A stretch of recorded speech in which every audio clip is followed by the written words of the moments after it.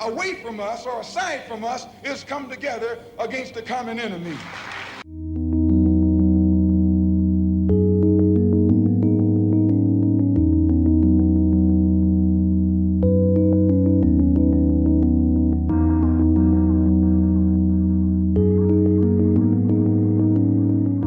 Yo, what's up guys? Welcome back to another video. Sorry we missed last week. I just need a little more time again to work on this painting. I took a little extra time on this one, plus work has just been crazy. Anyway, I digress. This week we got a really cool video for my best work friend, Bobby. This dude is cool, so cool.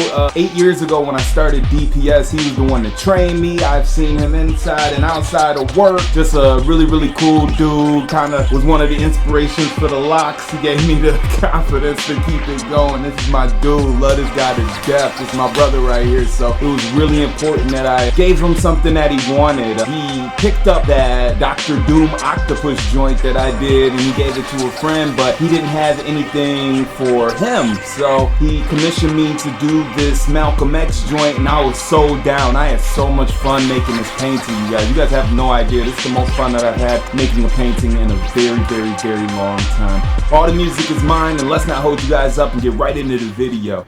Alright guys, so before we get into my talking part about the video and about the painting, I wanted to remind you guys that we got the DIY festival coming up. I am so nervous and so anxious and so excited. The homie Bobby is gonna be there. I almost want to hold this painting until then just so I can show it off there, but just wanted to send you guys out another reminder about the DIY festival, and I hope to see all of you guys there. I've got prints, I've got t-shirts, we even got some stickers coming, and yeah, I'm just super excited about it, and I think it's gonna be a real good time, mostly just because hopefully we can bring some more viewers in so they can check out some Chuck Lee paintings too. Alright guys, so with the Brian painting from 2 weeks ago, I got to really work in the grayscale, and you guys remember how much fun I was saying that I was having with that, and how it was a little bit of a challenge, more of a challenge than I thought it would be. This painting, while I'm still working in the grayscale, was a little bit easier because I had that practice on Brian's painting, and this week's painting was from a little bit further back. It wasn't like right up on the face and whatnot, so I could really dabble with that illusion of detail. Remember a couple of weeks ago I said sometimes painting is the illusion of detail, and this week I really put that to the test because my reference was kind of blurry. It's an old picture, so I'm really just putting like putting the values as I see them, and it made it a little bit easier. And when you're like standing back from it far, it looks like it's super detailed, but when you get up really close, it's really not that detailed. It's just using correct values and whatnot. So yeah. So when I did my Black History Month paintings, Bobby really loved those. He actually inquired on the Dick Gregory one, and I think that's where some of the inspiration came from for him to commission this piece from me.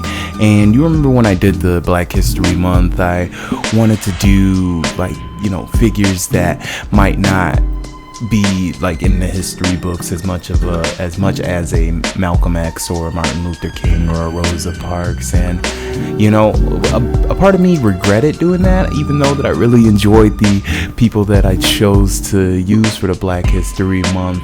I think that maybe this year for Black History Month we might do a few more known ones, because this one was so much fun. My sister came over and looked at it and she was up there like, oh my god, she's Muslim too, so it hit her in a special place for me to be painting Malcolm X.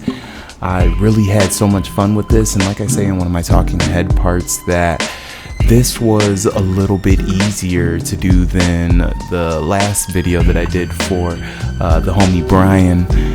I think that, you know, practice makes progress. Not perfect, never perfect, but you know, like I said, it was a lot easier to do this piece than it was to do the Brian piece, and I'm hoping in time I can really master the grayscale. There's a couple of artists that I follow that really use the grayscale a lot and sometimes incorporate a little bit of color in there, but I'd really love to get on that level. This painting was pretty much a breeze in a lot of different ways, but sometimes the simple, you can get some really cool effects, like this whole industrial-esque type of look that I got with this Malcolm X painting.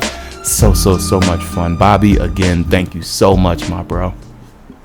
Alright guys, so now that I've put the background, like newspaper-esque type of thing on the main part of the painting, I really was thinking around this part. I was up there like, how sweet would it be if I cut out some cardboard and did Detroit Red and used the same like pictures on that newspaper-esque type paper and whatnot on to cover the top and to cover the bottom. I thought that would be a really good idea, and around this part is when I thought of the idea. Also, around this part, I'm going in and just doing a little bit of touch up over the first couple of layers that I put on there. And this is one of my favorite parts of the painting, is doing those final layers on top, because having that underlayer really gives me good like blueprint and something to really work with and whatnot. And also too, for the like newspaper parts, I got this paper on Amazon, and it's like there's a bunch of different kinds of it, and it just was so perfect for making that old newspaper effect. And a lot of the times when I print and then Mod Podge things onto my paintings, I'm just using regular print paper, and it, like, I don't know, it takes away from it. So having some actual colored paper, and especially like the old like looking like type of paper, I think that was a huge level up for me in the future to start working with that more.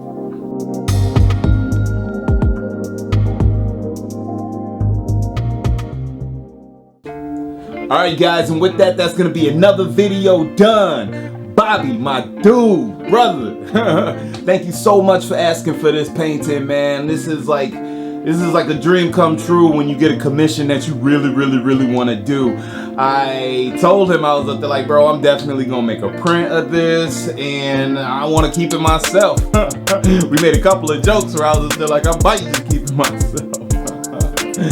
Love you, dog. Thank you so much for commissioning this art from me and being such a supporter from the beginning of this. Like, the lens that I'm shooting this on right now, Bobby gifted to me just so like I could step up my game, and like he's been there from the beginning. Every single video he's watched, and like, gave me critiques, and like, showed love and showed his people, and you can't ask for a better friend than this stuff. Peace, love, guys. Thank you so much for coming out, and I will catch you next week for some more sweet stuff.